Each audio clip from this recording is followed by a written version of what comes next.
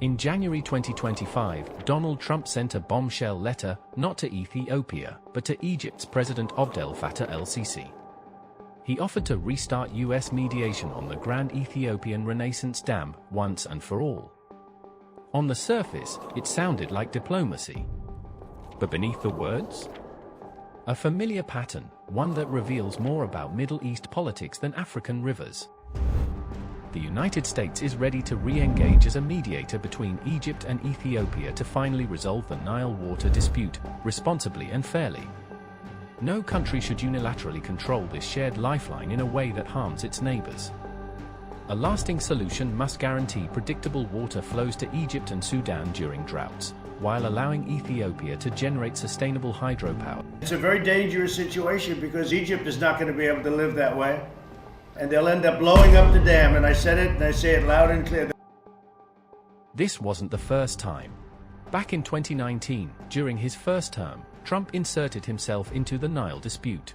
He called leaders to the White House. He pushed for a deal. But by February 2020, Ethiopia walked away, accusing the US of overreach and bias. Why? Because the draft agreement heavily favored Egypt's demands and ignored Ethiopia's right to develop.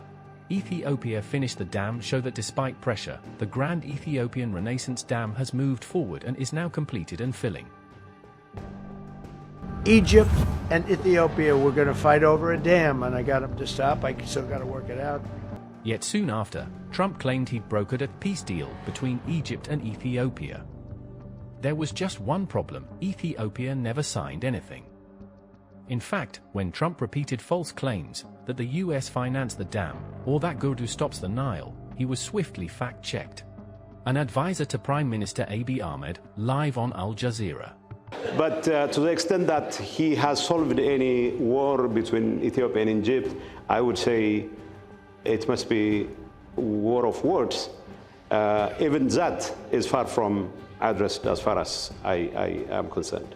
But there was no war between Egypt and Ethiopia. There was no war, but he goes around saying it's one of the 8 wars he solved. The war of words has been going on for quite some time. So Donald Trump solved a war of words between Ethiopia and Egypt. Stick to your Because they put a dam up in Ethiopia that stops the flow from a little river called the Nile. I always think of the Nile being in Egypt, you know. Trump claimed the dam stops the Nile, but Ethiopia provides more than 80% and releases the water after. Beautiful Nile with the pyramids, but they put a dam up. You know who paid for the dam? The United States. It's the biggest dam, I think, in the world. They put a dam up. I said, how did you let that happen? Why would we have done that? We financed it, this country. I don't know, maybe it was a Republican president, but I don't think it was. I think it was a Democrat, but what a terrible thing. There have been recent remarks, rather repeated remarks from President Trump, saying that the US has financially supported the building and the construction of this dam. What is the truth? Because the understanding is that this has been built by the contribution from the government and from the people in Ethiopia. People say, okay, this couldn't have been done unless there has been support from abroad, which is not true.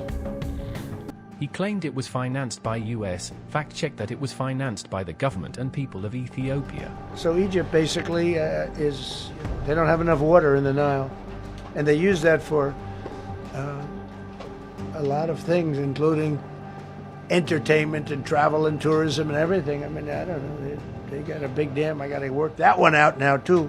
Trump siding with Egypt is not just about the dam, it is part of how he sees Egypt as a key tool to stabilize the Middle East and manage the Israel-Hamas file. Trump's renewed interest in the dam dispute coincides with his broader Gaza agenda. He wants to present himself as the man who can stop the war, move Palestinians, and reshape the region, and for that he needs President Sisi on his side. Will these deals actually bring peace to the Nile, or drag Ethiopia and Egypt closer to war? Hit subscribe for more deep dives like this, and don't forget to turn on notifications.